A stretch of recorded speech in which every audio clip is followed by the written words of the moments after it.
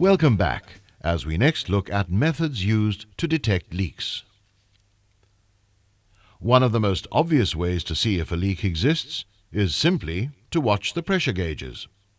Any major loss of pressure will show up by a drop in the reading.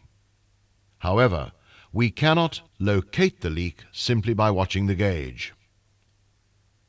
Detecting the location of a leak can be done quite simply using liquid soap solution. Painting the solution upon accessible joints and connections will result in a bubble forming wherever a sizable leak occurs. A more efficient method of detection, even for the smallest of leaks, is made using an electronic detector. This extremely sensitive instrument samples the air and gives off an audible signal. A sensing probe detects the presence of any vapor. The frequency of the audio signal will increase when gas is sensed.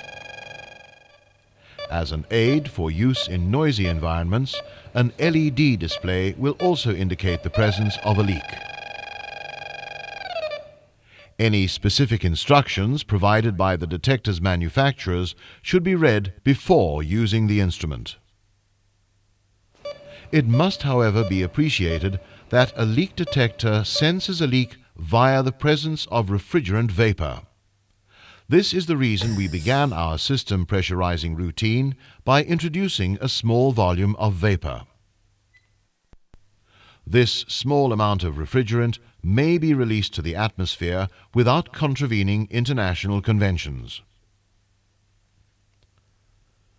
Another popular device used to detect leaks on systems charged with chlorine-bearing refrigerants, such as R22, is this halide torch. The tester is basically a propane gas burner. A flame is caused to burn under a copper plate in the burner head. In the presence of chlorine, the flame changes color to green, or even violet, depending on the strength or concentration of chlorine.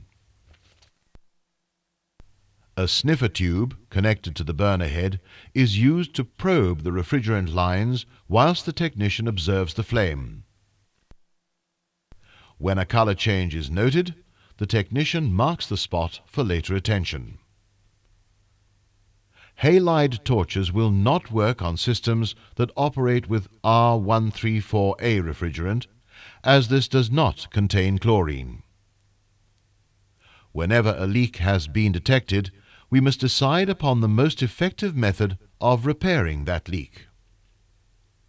If a joint is to be brazed, we must be sure to observe the following. Always depressurize the system. Make sure that the system is open to atmosphere to prevent an internal pressure buildup.